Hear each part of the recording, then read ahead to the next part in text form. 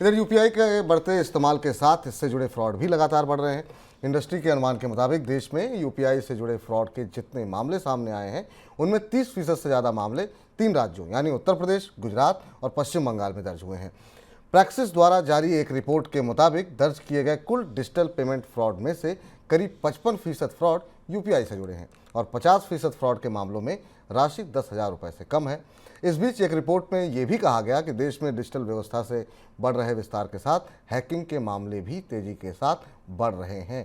Sir, Bharat में किस तरह के साइबर अटैक सबसे ज़्यादा देखने को मिल रहे हैं? दोनों खबरें महत्वपूर्ण है भारत में। एक तो साइबर अटैक की खबर महत्वपूर्ण है भारत के की साइबर सुरक्षा के लिए और बड़ी सेंध है, और यूपीआई जो कि सबसे तेजी से फैलता हुआ माध्यम है पेमेंट का, इसमें भी बहुत तरह से फ्रॉड हो रहे हैं। साइबर अटैक के मामले में भारत एक तरह से विपुल सारे किस्म के साइबर फ्रॉड का साइबर अटैक का निशाना बन गया है।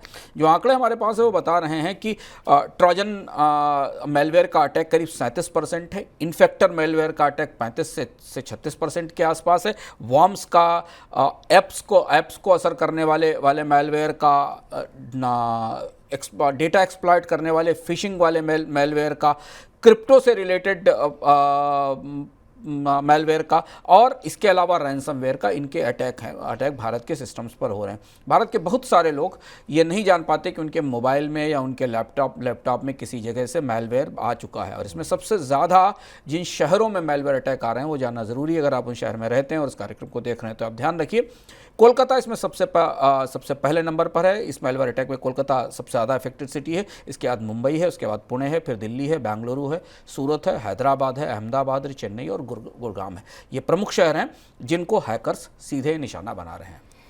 और सर, यूपीआई में किस तरीके से फ्रॉड हो रहा है? यूपीआई में 3-4 तरीके से फ्रॉड निकल कर आए हैं। यूपीआई में एक तो सबसे बड़ा फ्रॉड ये हो रहा है कि यूपीआई के जरिए फिशिंग अटैक्स बढ़ रहे हैं। यानी अगर आपने अपने मोबाइल से कहीं स्कैन किया है तो आपके मोबाइल के जरिए मोबाइल उस स्कैन के साथ सॉफ्टवेयर में से मेलवेयर आपके अंदर आ रहा है। दूसरा ये कि यूपीआई आईडी को स्पूफ करना, नकली यूपीआई आईडी बनाना सबसे बड़ी चुनौती बनी है, और नेशनल पेमेंट कॉर्पोरेशन को इसके बारे में जानकारी भी मिल रही है। इसके अलावा यूपीआई आईडी बदल देना, रिमोट मॉनिटरिंग डिवाइस के जरिए यूपीआई सिस्टम का इस्तेमाल करके पैसा निकाल लेना, ये फ्रॉड बढ़े, और ये फ्रॉड उन राज्यों में ज़्यादा बढ़ रहे हैं जहां डिजिटल लिटरेसी कम है, खासतौर पर जैसे यूपी और बंगाल जैसे राज्य हैं। जहां पर लिटरेसी कम है वहां पर इस तरह के फ्रॉड बढ़ रहे हैं, इसलिए आप भी थोड़ा सा अलर्ट रहें।